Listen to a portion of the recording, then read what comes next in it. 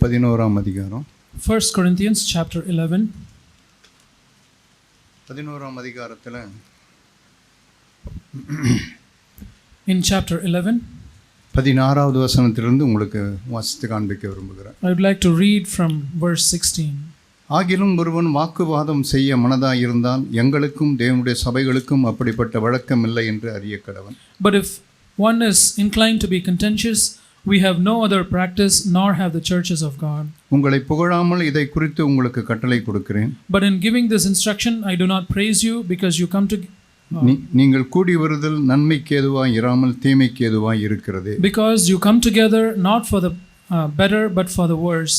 முதலாவது நீங்கள் சபையில் கூடி வந்திருக்கும் பொழுது, For in the first place, when you come together as a church, உங்களில் பிரிவினை உண்டென்று கேள்விப்படுகிறேன், அதில் சிலவற்றை நம்புகிறேன். I hear that divisions exist among you, and in part I believe it. உங்களில் உத்தமர்கள் இன்னாரென்று வெளியாகும்படிக்கு மார்க்க பேதங்களும் உங்களுக்குள்ளே உண்டாயிருக்க வேண்டியது. For there must also be factions among you, so that those who are approved may become evident among you. நீங்கள் ஓரிடத்தில் கூடி வரும்போது அவனவன் தன் சொந்த போஜனத்தை முந்தி சாப்பிடுகிறான், ஒருவன் பசியாய் இருக்கிறான், ஒருவன் வெறியாய் இருக்கிறான்.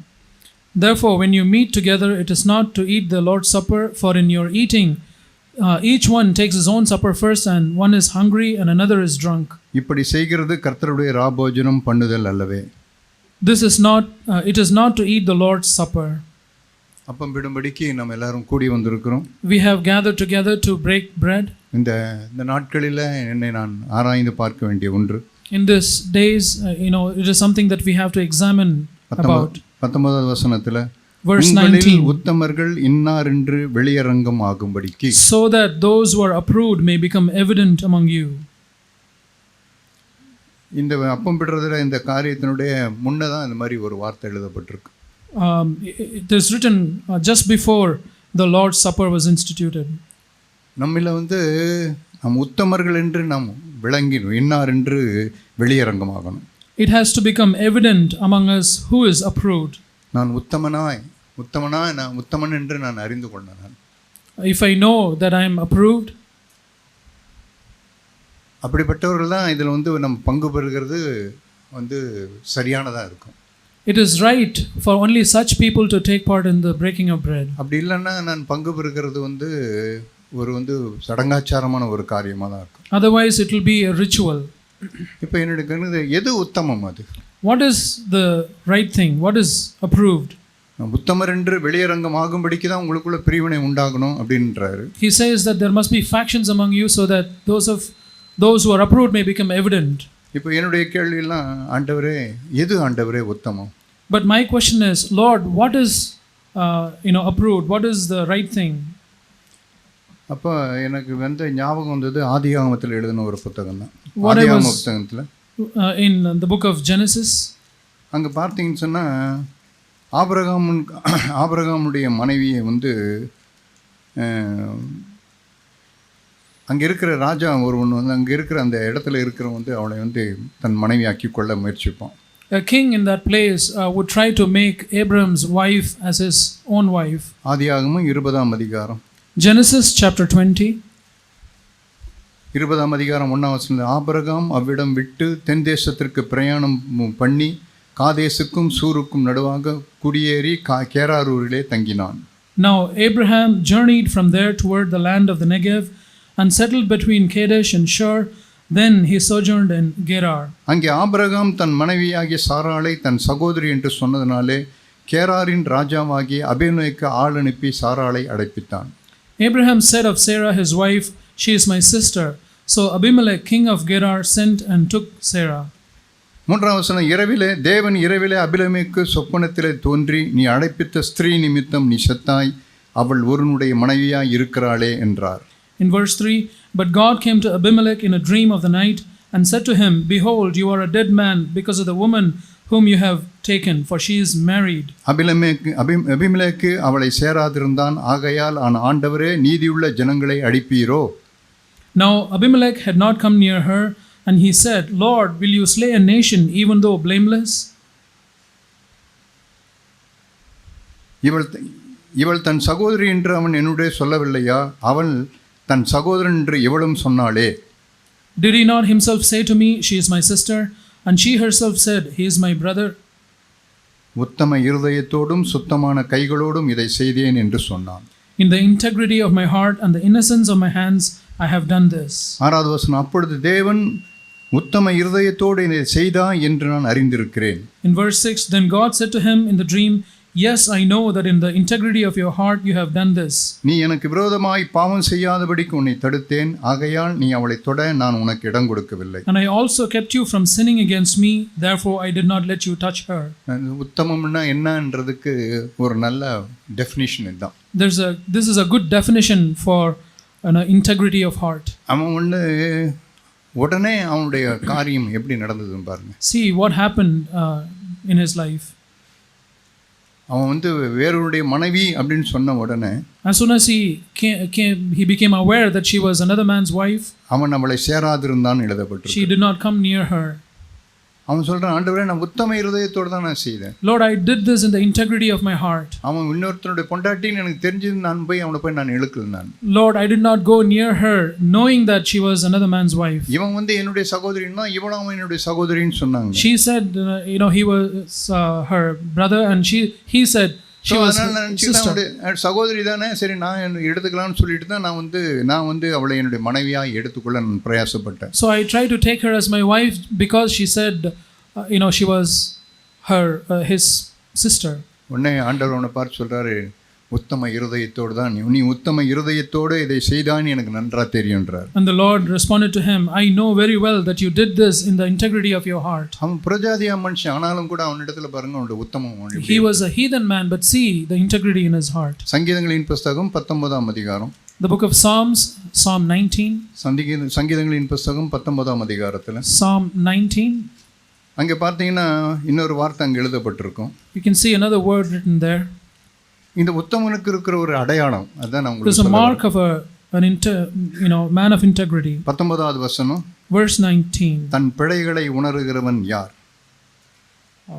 சாரி 13வது வசனம், 12வது வசனம். verse 12.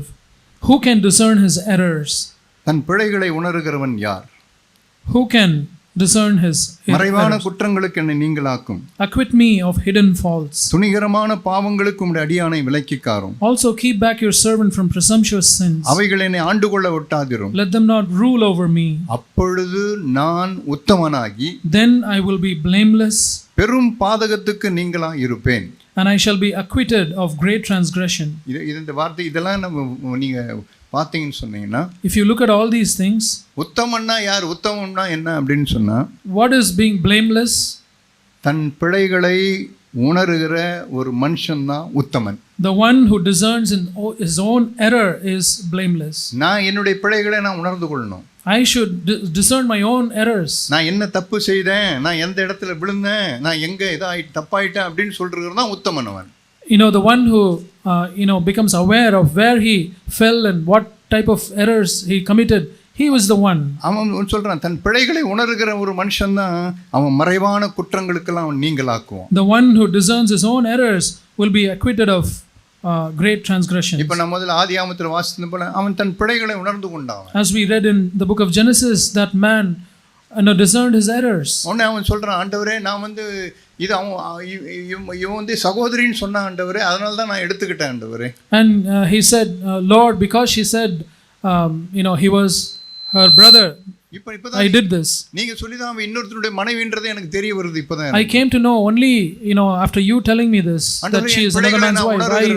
என் பிழைகளை நான் உணர்கிறேன். I discerned my own errors, Lord. ஆண்டவரே என்னை நீ தண்டிப்பீரோ நீர்? Lord, will you punish me for this? உடனே ஆண்டவர் சொல்ல, இல்ல நீ உத்தம இருதயத்தோட அதை செய்தன்றதால உடனே பண்ண தடுக்கிறேன், பாவம் செய்யாதபடிக்கு தடுக்கிறேன். The Lord said, no, because you did this with the integrity of your heart, I allowed you not to commit sin. பிரியமானவர்களே, இப்பொழுதும் அப்பம்பிட வந்திருக்கிறவங்க எல்லாருக்கும் சொல்லுகிற ஒண்ணே என்ன, beloved, even now those of you who have come together to break bread, I want to say this. உங்க பிழைகளை நீங்க உணர்றீங்களா இல்ல மற்றவங்க பிழைகளை தான் இன்னும் நீங்க யோசிச்சே உட்கார்ந்து? Do you discern your own errors, or are you bothered about other people's errors? உங்க பிழைகளை உணர்ந்தீங்கன்னா தயவு செய்து நீங்க அப்பம் விடுங்க. If you discern your own errors, then please you can take part in this. உங்க பிழைகளை நீங்க உணரலன்னு சொன்னா தயவு செய்து நீங்க உத்தமர் இல்ல, நீங்க உத்தம மார்க்கத்தை சார்ந்தவர்களும் அல்ல, ஆகவே நீங்க அப்பம் விடாதீங்க. If you don't discern your errors, you don't belong to the people of integrity, you don't take part in this breaking of bread. அப்பம் விடுறது வந்து ஏதோ ஒரு சடங்காச்சாரமா நம்ம கேட்டது போல ஒரு சடங்காச்சாரமா இருக்கு. As we heard, breaking of bread is not a ritual thing. ஆண்டவரே, யோசிச்சு பாருங்க, கடந்த வாரத்திலலாம் உங்க பிழைகளை நீங்க உணர்ந்திருக்கிறீங்களா? Think about your past week. Have you realized your own errors in the past week? அப்படின்னா தேவன் உங்களை பார்த்துக்கிட்டே இருப்பார். If so, the Lord would be watching over you. அதனால தான் 1 கொரிந்தியர்ல இப்படி அந்த இதை எழுதிட்டு தான் அவர் சொன்னார், உங்களில் உத்தமர் இன்னார் என்று விளங்கும்படிக்கு தான் இப்படின்னு அந்த எழுதின அந்த கான்டெக்ஸ்ட்ல தான் அவர் என்ன எழுதினார்னா அப்பம் விடுறதுல பற்றி எழுதுறாரு. That is why in 1 Corinthians he wrote about being blameless and being integrity of heart, and he talked about breaking of bread. ஏம்பா உங்களிடத்துல உத்தமர் இன்னார் என்று எனக்கு தெரியணும். இப்போ எனக்கு we need to know who are all approved, who are all blameless among you. நீ உத்தமனா இருந்தீனா உன் பிழை நீ என்ன தப்பு பண்றது உனக்கு நல்லா தெரிஞ்சிருக்கும். If you are blameless, you would very well know what errors you commit. உன் குடும்பத்திலயும் சரி, in your family, எல்லா சூழ்நிலைகள் வரும்போதும் சரி, or in any circumstances. நான் வந்து என் பிழைகள் நான் தான் இப்ப தப்பு பண்ணிட்டேன். No, you should realize I am the one who committed this error. இப்போ என் வைஃப் வந்து ஏதோ ஒன்னு கேட்க வந்தா, my wife wanted to ask me something. நான் வந்து உடனே என்ன பண்ணிட்டேன்னா, நான் தான் நீதிமான், நீ சரியா நீ ஒண்ணும் விசாரிக்க மாட்டேன்ற, அப்படி பண்ண மாட்டேன்ற, இப்படி பண்ண மாட்டேன்ற, அவகிட்ட தான் நான் குறை கண்டுபிடிக்கிறேன். And I'm justifying myself and I'm saying that I am the just person, but trying to find faults with my wife. இல்ல, நான் அது வந்து சொல்ல வேண்டிய விதமா சொல்லி இருக்கணும் உங்களுக்கு, or சொல்ல வேண்டிய விதமாய் சொல்லி இருக்கணும், or I should have spoken that in the manner I should have spoken to her. இது என்னுடைய தவறு தான் இது. This is my error. So நான் போய் என் மனைவிட்ட மன்னிப்பு கேட்கிறேன். So now I should go and ask my wife's forgiveness. அதே மாதிரி சகோதரிகளும் கூட in the same way with the sisters also. இது என்னுடைய பிழை தான் இது. This is my fault. நிந்தையை எப்பொழுதும் என் பக்கம் எடுத்து கொண்டே இருக்கணும். bearing the reproach onto our side. உங்களுக்கு தெரியுமா தாழ்மையினுடைய இன்னொரு உச்சகட்டம் என்ன தெரியுமா? Do you know the pinnacle of humility? தாழ்மையை படித்துக் கொள்றதுல இன்னொரு தாழ்மை படிக்க நிறைய காரியங்கள் இருந்துட்டே இருக்கு. There are many things to learn humility from. அது ஒரே ஒரு என்னன்னா நிந்தையை தன் பக்கம் எடுத்துக்கொள்றது தான் தாழ்மையா இருக்கிறவங்க நிந்தையை தன் பக்கம் எடுத்துக்கொள்றது. The mark of one who is humble is that he would take the blame onto his side. அவங்க எல்லாம் கற்றுக்கொள்றாங்கன்னு அர்த்தம். It means that they are learning humility. போன தடவை வரும்போது நான் உங்ககிட்ட ஒன்னு சொன்னேன். When I came here last time, I told you one thing. எங்க ஆபீஸ்ல நடந்த மேட்டர் ஒன்னு சொன்னேன்.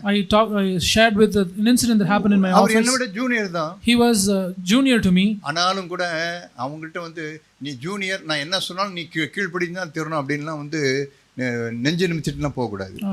I should not be putting my chest up and saying you are my junior, you should obey whatever I am asking you to do. ஆண்டவரே, அவன் ஜூனியரா கூட இருந்தாலும் கூட அவன் கோபப்படுகிறதற்கு தூண்டுதலா இருந்தது நான் தான் ஆண்டவரே. Lord, even if that person is junior to me, I was the reason for him to get provoked. ஆமா, இல்லனா அவன் கோபப்பட்டிருக்கவே மாட்டான். Otherwise he would not have been provoked to anger. So நான் என் பிழைகளை உணர்ந்து கொள்ளணும். Lord, I have realized my own error. தேவன் என்னை பார்த்து சொல்லுவா, உன்னை உத்தமன் என்று நான் அழைக்கிறேன்னு சொல்லுவார். The Lord would look at me and say, I call you blameless. எதை வச்சு தேவன் என்ன உத்தமன் சொல்றாரு? On what basis does the Lord call me blameless? தன் பிழைகளை நீ உணர்கிறதுனால. Because I realize my own faults. அந்த அப்பம் பிட வருகின்ற வேளை தேவன் பார்க்கிறது அப்படிதான். உத்தமனா நீ உத்தமர் என்று நீங்கள் விளங்கும்படிக்கு தான் தேவன் பார்க்கிறார் அந்த இடத்துல. When we come together for breaking of bread, the Lord would look to see if you are blameless. ஆகவே எல்லா மனுஷரும் தங்களை இப்ப நீங்க சோதித்து பார்க்கணும். So every man has to examine himself. வேதம் அப்படிதான் சொல்லுது. That's what the word of the Lord says. இந்த அப்பத்தை பிட்டு இந்த இதை நீங்க பானம் பண்ணுகிற எல்லாருமே நீங்க எப்படி இருக்கணும்னு சொன்னா, the ones who break this bread and drink of the cup should be like this. நீங்க வந்து அவனவன் எப்படி இருக்கணும்னு சொன்னா சோதித்து பார்க்க கடவன். A man must examine himself. 1 கொரிந்தியர் 11ஆம் அதிகாரம் 1 Corinthians chapter 11. அங்க எழுதப்பட்டிருக்கு பாருங்க. See, it's written there. 26வது வசனம். 26. ஆகையால் நீங்கள் அப்பத்தை புசித்து இந்த பாத்திரத்தில் பானம் பண்ணும் போதெல்லாம் கர்த்தர் வருமளவும் அவருடைய மரணத்தை தெரிவிக்கிறீர்கள். For as often as you eat this bread and drink the cup, you proclaim the Lord's death until he comes. இப்படி இருக்க எவன் அபாத்திரமாய் கர்த்தருடைய அப்பத்தை புசித்து அவர் பாத்திரத்தில் பானம் பண்ணுகிறானோ, therefore whoever eats this bread or drinks the cup of the Lord in an unworthy manner, அவன் கர்த்தருடைய சரீரத்தையும் இரத்தத்தையும் குறித்து குற்றமுள்ளவனாய் இருப்பான். shall be guilty of the blood, guilty of the body and the blood of the Lord. எந்த மனுஷனும் தன்னைத்தான் சோதித்தறியணும். But a man must examine himself. இந்த அப்பத்துல புசிக்கணும், and in so doing இந்த பாத்திரத்துல பானம் பண்ணணும், and to eat of this bread and the drink of the cup. என்னை சோதித்து பார்க்கணும். You have to examine yourself. தன் பிழைகளை உணரணும். You have to discern your errors. ஒரு சமயம் நீங்க இதுவரைக்கும் உணரல, Perhaps you have not discerned your errors up to தேவனுடைய now. வார்த்தையை கேட்டுன்னு இருக்கிறீங்க. You are listening to the word of God. ஐயோ நான் தான் அதுக்கு காரணம்னு உணர்றீங்க. And now you realize, oh, I am the person reason for this. ஆண்டவரே என் பிழைகளை நான் உணர்ந்து கொண்டேன் ஆண்டவரே. Lord, I have realized my own fault, Lord. ஆண்டவரே இப்போ நான் போய் அதை சரி பண்றேன் ஆண்டவரே. Lord, let me go and set this thing right. இது என்னுடைய பிழைதான். This is my fault. என் நிமித்தம் தான் இது நடந்தது. This happened only because of me. என் நிமித்தம் தான் இப்படி எல்லாம் ஒரு காரியங்கள் குழப்படியாய் போனது. This confusion of things happened only because of me. ஆண்டவரே இது எல்லாவற்றுக்கும் நான் தான் காரணம். So I am the reason for all these things. அப்படிப்பட்டவர்களை தேவன் பார்த்து அவர்கள் உத்தமர்களாய் தேவன் பார்த்து. The Lord would look at such people and call them blameless. Samuel 2 Samuel புத்தகம் நினைக்கிறேன். The book of 2 Samuel. அங்கே தாவீது குறித்து ஒரு வார்த்தை எழுதப்பட்டிருக்கும். There is a word written concerning David. தாவீது ஒரு நாள் அவன் வந்து யுத்தத்திற்கு அவன் வந்து ஆட்களை எண்ண ஆரம்பிப்பான். Sorry 1 Samuel. First Samuel, and he would take a census of the people who go for battle. இல்லை அந்த second Samuel. Thank you brother. Hi, thank you. 2 Samuel 24ஆம் அதிகாரத்துல பாருங்க. 2 Samuel chapter 24. 17ஆம் வசனம். Verse 17.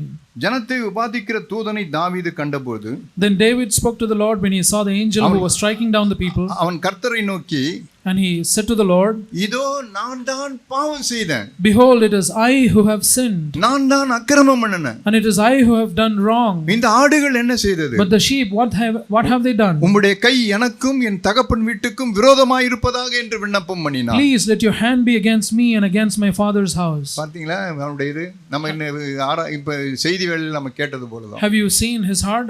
It is as we heard during the time of the message. தன் பார்வைக்கு அவன் சிறியவனாய் இருந்து, he was little in his own eyes. அவன் தன் பிழைகளை உணர்ந்து கொள்றான். And he discerned his errors. தேவனை நோக்கி விண்ணப்பம் பண்றான். And he pleaded with the Lord. அவன் என்ன தன் பிழைகளை உணர்கிறான் பாருங்க. See how he discerned his error. அவன் ஜனத்தை உபாதிக்கிற தூதனை பார்த்து ஒரு வார்த்தை பேசுறான். He looked at the angel who was striking down the people. நான் தான் பாவம் செய்தேன். It is I who have sinned. நான் தான் அக்கிரமம் பண்ணேன். I who have done இந்த wrong. ஆடுகள் ஒண்ணும் செய்யல. These sheep, they have not done anything. நிந்தையை தன் பக்கமாய் எடுத்துக்கொள்கிறான். He took blame on his side. நிறைய காரியங்கள் அதுக்கு அப்புறம் பாத்தீங்கன்னா நிறைய காரியங்கள் வரும் அதுல. There are many things that follow after that.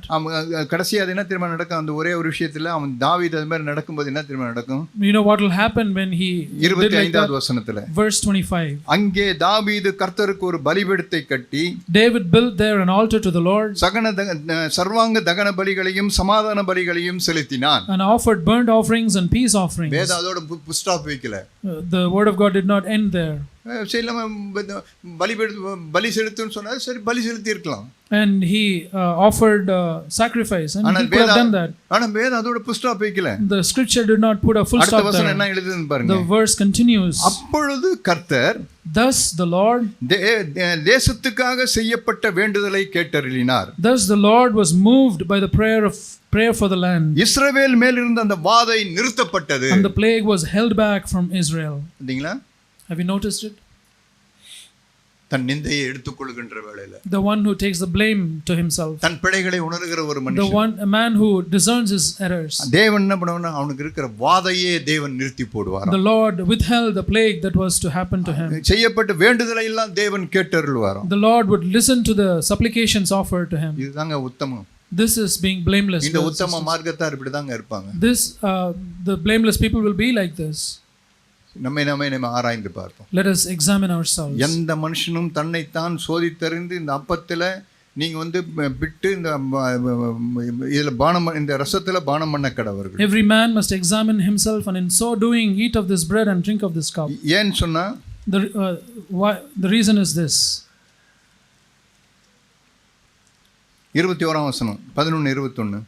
1 Corinthians 11:21. 31. Sorry, 11:31. நம்மை நாமே நிதானித்தறிந்தால் நாம் நியாயம் தீர்க்கப்படுவோம். If we judged ourselves rightly, we would not be judged. நம்மை நாமே நாம் நிதானித்து பார்த்தோம்னு சொன்னா, if we judge ourselves rightly, நாம் நியாயம் தீர்க்கப்பட மாட்டோம். we would not be judged. இப்போ நீங்களே யோசித்து பாருங்க.